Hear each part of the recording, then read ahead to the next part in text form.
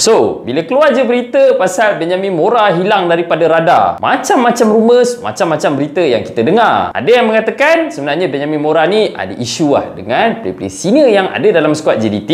Tak kurang juga berita yang mengatakan sebenarnya JDT telah menghantar Benjamin Mora ni untuk scout lawan diorang dekat ACL nanti, iaitu pasukan Urawa-Reds. Tapi segala persoalan tu akhirnya terjawab apabila klub Johor Darul Takzim mengumumkan yang sebenarnya Benjamin Mora tidak lagi bersama dengan pasukan tersebut. Kemudian dalam tempoh beberapa hari saja, JDT telah mengumumkan pelantikan Hector Bidoglio untuk menggantikan tempat Benjamin Mora. Persoalannya dekat sini geng, siapa sebenarnya Hector Bidoglio ni? Kenapa sebenarnya JDT sanggup untuk sign seorang jurulatih yang unknown, belum proven, serta memiliki rekod lampau bersama dengan bekas pasukan dia yang sebenarnya agak meragukan?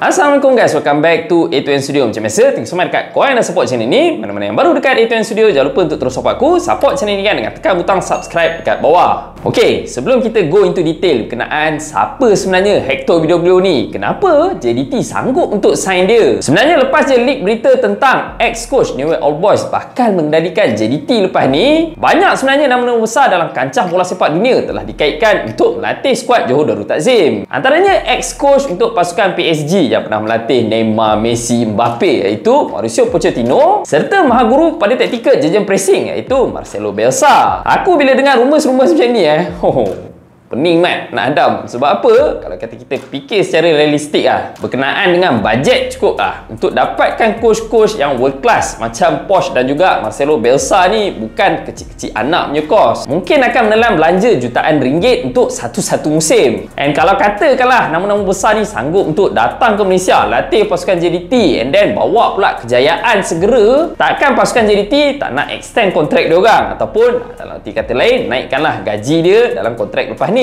So dekat situ je, tak rasa JDT sanggup untuk labur bawa nama-nama besar ni datang ke dalam skuad dia orang. Baik dia orang strengthen dia orang punya squad depth dalam season-season lepas ni. Jadi selepas saja pengumuman rasmi daripada JDT melantik Hector Pablo Bidoglio untuk lantik squad dia orang, ini juga bermakna Liga Malaysia akan ada 2 orang Pablo lepas ni. Seorang Pablo dah pun ada pangkat Datuk. Tak ada. On a serious note, aku sebenarnya lepas pengumuman tu ada buat research sikit nak tengok siapa sebenarnya atuk yang dilantik oleh pasukan JDT ni. And based on aku punya research, sebenarnya agak mengejutkan geng. Sebabnya Hector Pablo Bidoglio ni sebelum datang ke pasukan JDT cuma pernah melatih ataupun dalam arti kata lain menjawat jawatan selaku ketua jurulatih untuk cuma 3 tim sahaja sepanjang kerjaya kejurulatihan dia. Untuk rekod dia sebenarnya cuma menjadi jurulatih untuk pasukan Newell Old Boys ni selama 4 bulan saja geng, sebelum meneruskan kerjaya dia bersama dengan pasukan Universidad San Martin, itu pun cuma dalam tempoh setahun 3 bulan. Dan tim terakhir dia sebelum dia berhijrah ke Malaysia untuk melatih pasukan JDT ni adalah sebuah pasukan yang berpangkalan dekat Ecuador, iaitu SD Aucas. Itu pun dalam tempoh yang sangat-sangat pendek, iaitu 1 tahun sebulan. So bila tengok based on experience bersama dengan ex tim dia sebelum ni dalam tempoh yang sangat-sangat pendek, sebenarnya dah buatkan aku pelik kenapa JDT sign sangat dia ni. Tapi sebenarnya bukan tu saja geng, ada benda yang lebih mengejutkan aku, iaitu rekod lampau dia bersama dengan bekas-bekas pasukan. Sebagai contoh, ketika bersama dengan pasukan terakhir dia sebelum dia berhijrah ke pasukan JDT, iaitu pasukan SD Aucas, Hector Bidoglio sebenarnya cuma mencatat kemenangan sebanyak 35% daripada total 42 perlawanan dengan rekod 15 kemenangan, 12 kali seri serta 15 kekalahan. Ini juga bermakna dia cuma mencatatkan 1.36 poin per game untuk pasukan SD Aucas, which is aku rasa agak rendah dengan expectation dia datang ke pasukan JDT, bawa JDT lebih jauh dalam saingan ACL lepas ni. So based on rekod atas kertas, memang agak meragukan credibility yang dibawa oleh Hector Pablo Bidoglio ni. Tapi ada tapi dia buat penyokong-penyokong pasukan JDT, korang relax dulu, tenang, jangan cepat sangat melatah. Sebabnya JDT sebelum ni pun pernah je sign jurulatih-jurulatih yang unknown, yang memiliki rekod lampau yang kurang memuaskan bersama dengan bekas pasukan diorang. Sebagai contoh, Atuk Gomez yang duk demand macam-macam dekat TMJ dulu tu pun bukanlah gah sangat nama dia waktu dia join pasukan JDT dulu. Sebaliknya, dia sebenarnya mencipta nama bersama dengan pasukan JDT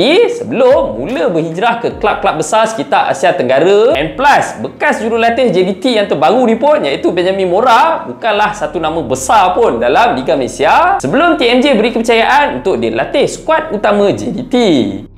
Dan bila bercerita tentang Benjamin Mora ni kan, nak tak nak aku rasa kita kena sentuh juga sikit. Sebabnya perpisahan antara JDT dan juga Mora ni bagi aku sangat-sangat pelik geng.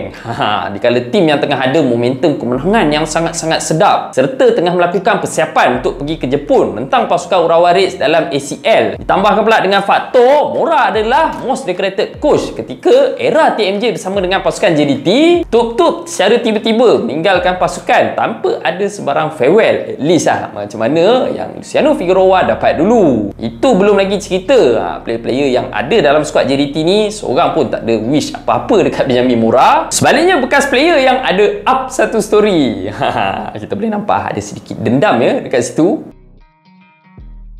So, as a conclusionnya guys, meneruskan momentum kejayaan Benjamin Mora bersama dengan pasukan JDT ni bukanlah satu perkara yang mudah. Dan Hector Bidoglio sebenarnya perlu membuktikan kredibiliti dia dalam kadar yang sangat-sangat segera, terutama sebelum JDT turun menentang pasukan Urawa Reds nanti. Dan expectation aku untuk coach ni bersama dengan pasukan JDT adalah dia cuma akan kekal bersama dengan pasukan JDT sekiranya dia mampu untuk bawa JDT melangkah lebih jauh dalam saingan ACL ataupun sekurang-kurangnya mampu untuk tapau semua kejuaraan yang ada dalam Liga Malaysia season 2022 ni. Tapi sekiranya benda tu tak berlaku, nescaya dia akan ditukarkan waktu hujung musim nanti. So aku rasa cukup takat tu aku cerita pasal Hector Bidoglio yang menggantikan Benjamin Mora ni. Sebabnya Liga Malaysia ni kalau kata kau sembang panjang-panjang pun kelakor juga kadang-kadang. Sebabnya tim yang tengah sedap ada momentum kemenangan tukar coach, tapi tim yang semakin barai tu masih lagi dengan Mat Saleh yang sama. Duk tunggu apa? Aku pun tak tahu. Alright guys, itu sahaja untuk video kali ni. Apa pula expectation korang untuk coach baru JDT iaitu Hector Bidoglio? Dan kenapa sebenarnya korang rasa JDT berpisah dengan Benjamin Mora? Sebabnya ada rumours yang mengatakan Benjamin Mora dah start tunjuk kepala.